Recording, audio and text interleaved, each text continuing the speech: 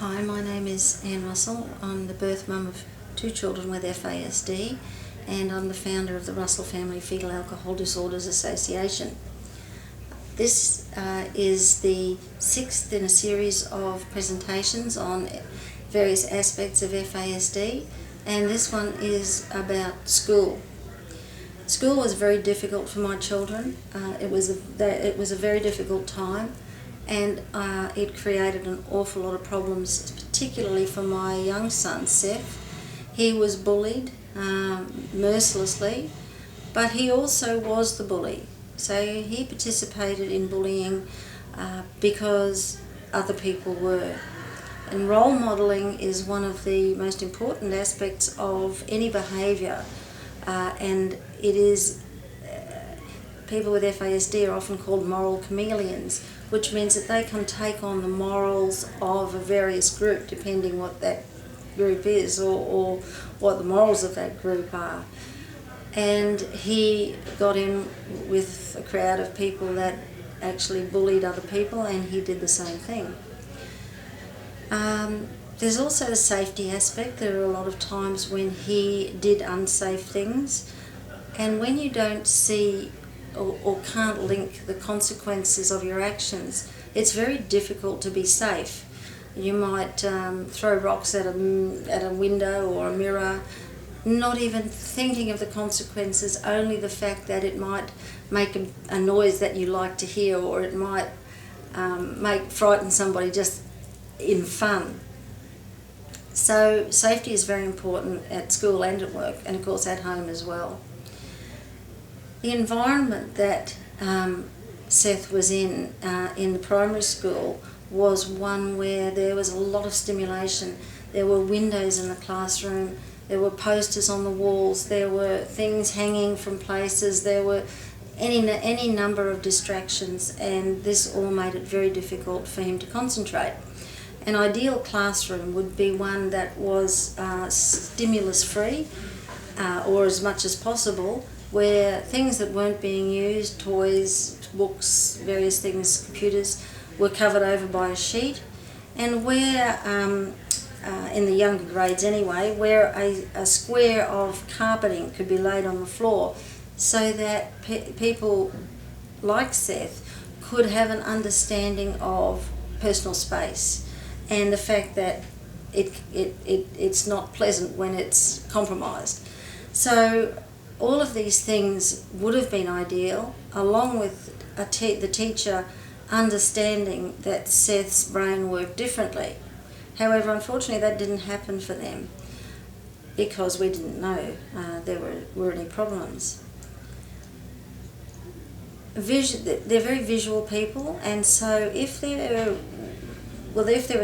2 things. Firstly, if there was a structure and consistency to the day, particularly in the lower grades, where he could have come into the classroom at 9 o'clock, sat down, got out a certain book every day, the same book, did the similar sort of work, stopped for morning tea at the same time, came back in and basically had the same structure to every day, so that he wasn't caught short. He knew what was going to happen from day to day.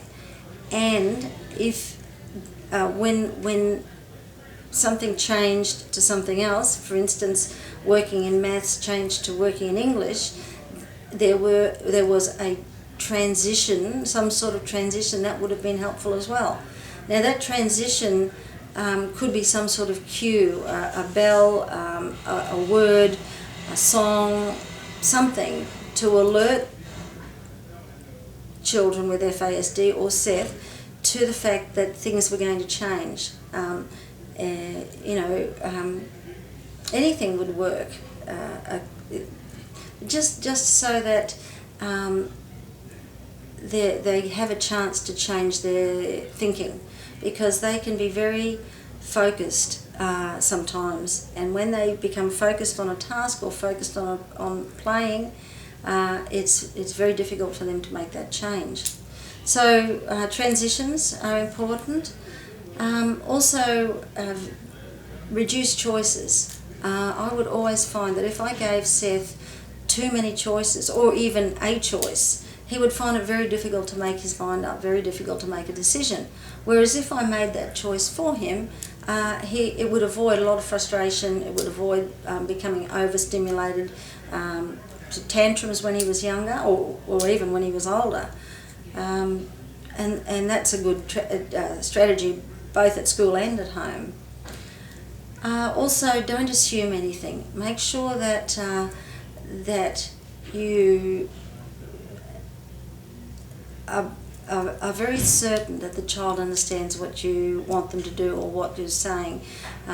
If you've got homework, put it up on the board all day so that the child has chance and has time to actually write it in the book, and so he is not rushed in the last 5 minutes to put the homework down. Use visual cues, visual learning. They're very visual people, and they find it very difficult to remember words and talking and other methods of learning. Visual is always very good. Basically, school can make or break a child. It almost broke Seth, to the point where when he came home he would run in front of cars. I often would come home from work thinking I would find him dead in a room. I'd look in all the rooms. It was a very difficult time for him, and because we didn't know he had this problem, we didn't pay enough attention to what was going on. And it's only after these things happened that I found out that they did happen. And that's a very hard thing for a parent, a mother, to know that her child was going through such a horrendous time and for her not to know. I mean, I knew something was going on. I remember buying him books about self-confidence and self-esteem, but not to the extent where we're talking about a brain injury. Anyway, if you'd like more information on strategies for school, please email me at Elizabeth@RFF80A, F for Fred. We have some very good training for teachers and educators. If you'd like more information on the training that we deliver or that we've developed and is delivered by qualified trainers, email me. Have a look at our website. There's information on the training on the website, or have a look at the Facebook page that we have. All the information is there. If it's not, or if you would like more or different, email me. Thank you.